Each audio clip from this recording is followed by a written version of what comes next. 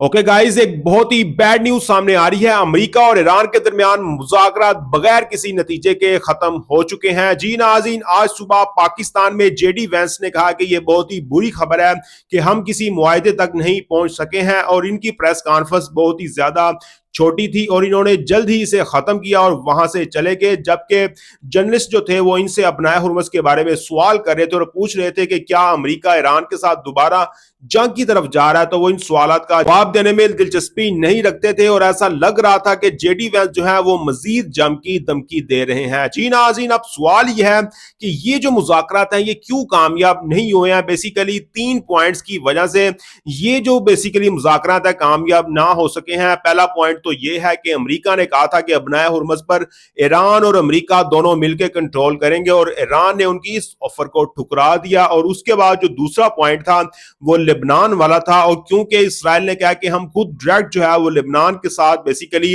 बातचीत करेंगे, आप अपना सीज फायर कर लें। जबकि जो थर्ड पॉइंट है वो ये है कि यूरेनियम की अफजुदगी जो है उस पर भी ईरान ने उनकी ये ऑफर ठुकरा दी, जिसके बाद ये जो मुज़ाकरात बगैर किसी नताइज के खत्म हो जाते हैं। और इसके साथ इसमें इंटरेस्टिंग न्यूज ये है कि एक तरफ अमेरिका और ईरान के दरमियान मुज़ाकरा चल रहे हैं, जिसकी वजह से दोनों जो मुल्क हैं वो जंग की हालत में है। जबकि जो अमेरिकी सदर है डोनाल्ड ट्रंप है वो फ्लोरिडा में एक यूएफसी यूनिट में मौजूद थे और अपने दोस्तों के साथ वक्त गुजार रहे थे, जहां पे इनके साथ वजीर खारजा मार्को रोबियो जो थे वो भी वहां मौजूद थे, और वो कैमरे के आगे इशारे कर रहे थे और बहुत ही कूल ऐसे नजर आ रहे थे। ऐसे लग रहा था कि इनको कोई फिक्र नहीं है। और इसके साथ जैसे ये मुज़ाकरात एंड होते हैं और उसके बाद डोनाल्ड ट्रंप का भी बयान सामने आ जाता है, और इन्होंने पहली दफा ऐसा किया है कि चाइना को डायरेक्ट धमकी दी है और कहा है कि ईरान के पीछे जो बेसिकली उन्हें इंटेलिजेंस या वेपन प्रोवाइड कर रहा है वो चाइना प्रोवाइड कर रहा है, और चाइना को भी धमकी लगा दी है। और बल्कि ना सिर्फ मुंह जुबानी धमकी लगाई है बल्कि